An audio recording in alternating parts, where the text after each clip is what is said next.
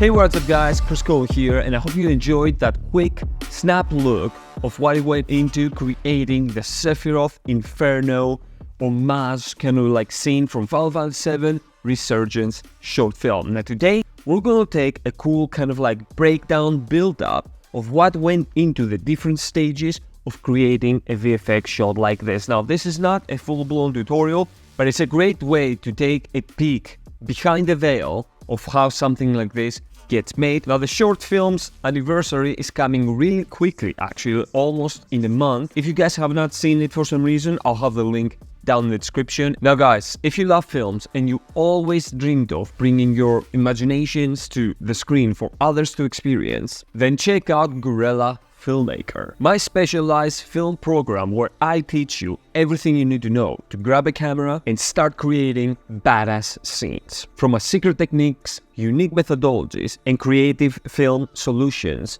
Gorilla Filmmaker is going to enable you to bring your ideas to life, whether it is as a hobby or you want to do this full time. Whether you and your friends want to come together and create cool stuff, or you want to get into this full time and become a filmmaker yourself, then this is the best program for you. Hit the link below to check out Gorilla Filmmaker, and I've also included a 15% discount code ready for you to join and become part of my crew as a Gorilla Filmmaker. With that said guys, let's start from the basic raw file on the green screen of the camera. Now, the reason why in productions you use green screens or blue screens is because they're the only two hues that don't exist on the skin color. The cool thing is, if you want to wear green clothing, then you use a blue screen. And if you want to wear something blue, vice versa, you use green screen. But you cannot use both. So in this case, we wanted the full character in the shot. So we have a green screen sheet background falling down, as well as a green screen floor, so that we can map out the whole body with the shoes, the sword, and everything. After we do that, we put it in the program, After Effects in this case.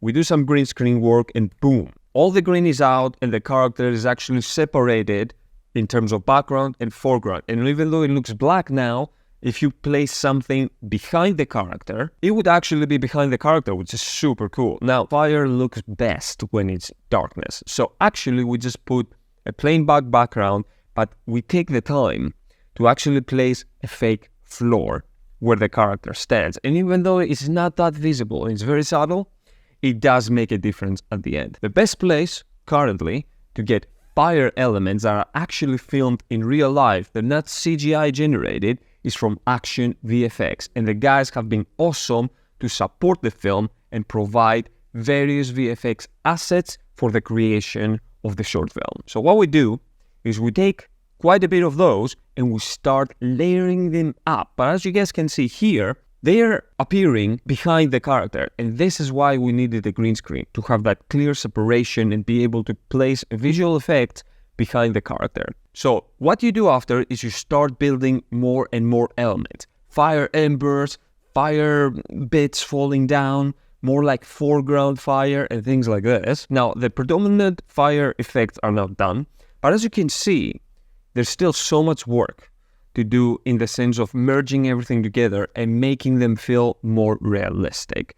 And this is where compositing techniques come in. And again, guys, in the Gorilla Filmmaker program, we go through those artistic effects in step-by-step guides so you can pull off the same thing. Now, here's the gist of it. Fire emits a lot of light.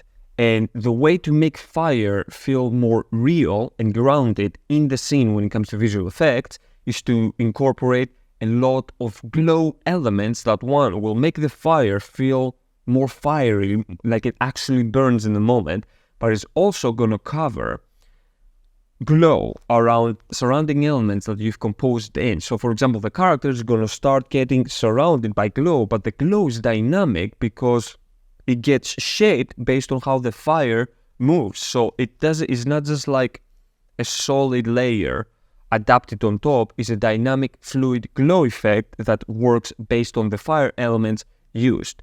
Then we need to use heat displacement.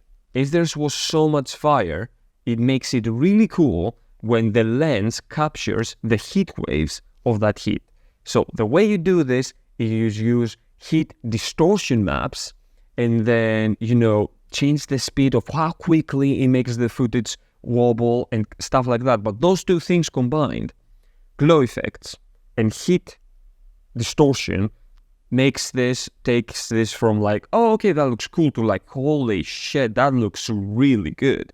Finally, what one has to do is basically put some lens flares and some, jittery animation in the whole composition, and then put the final grade on top. That, in combination with sound design and the entire flow of the film, makes this thing work.